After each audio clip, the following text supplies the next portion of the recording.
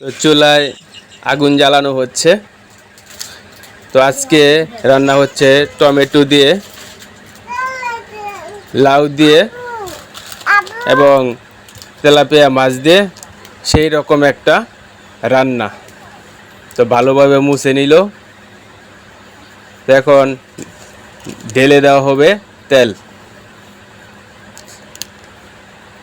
তেলটা যখন গরম হবে এখন হলুদের গুঁড়া দেওয়া হচ্ছে, সাথে একটু পানি, একটু লাড়াচাড়া নেবেন ভালো করে। তারপরে দিবেন মরিচের গুঁড়া পরিমাণ মতো এবং নাড়িয়ে নেবেন সামান্য। তারপর যখন এরকম অবস্থা হবে তখন আপনারা লাউগুলো আছে এগুলো খুব সুন্দরভাবে দিবেন। দেওয়ার পরে এরকম ভাবে একটু নাড়িয়ে নেবেন যাতে হলুদের গুঁড়া আর মরিচের গুঁড়া খুব সুন্দরভাবে মিশে যায়। তারপরে এরকমভাবে ঢেকে কিছুক্ষণ রেখে তারপর আবার এটাকে একটু নাড়িয়ে নেবেন সিদ্ধ হওয়ার আগ পর্যন্ত।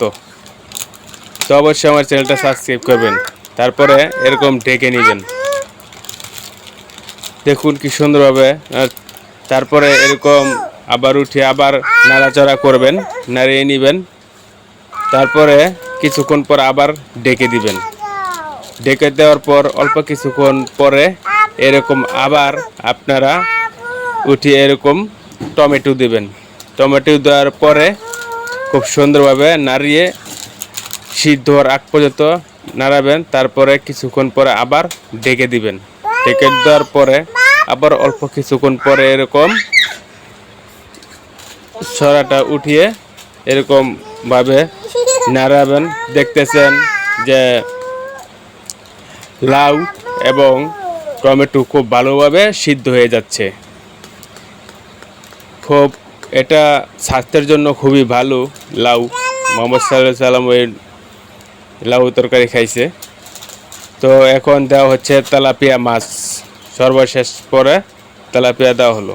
এভাবে আপনারা রান্না করতে পারেন এই আইটেম। তো শেষ হয়ে গেল আজকের রান্না। তো আপনারা ভালো থাকবেন, আল্লাহ যেন আপনাদের সকলকে ভালো রাখেন।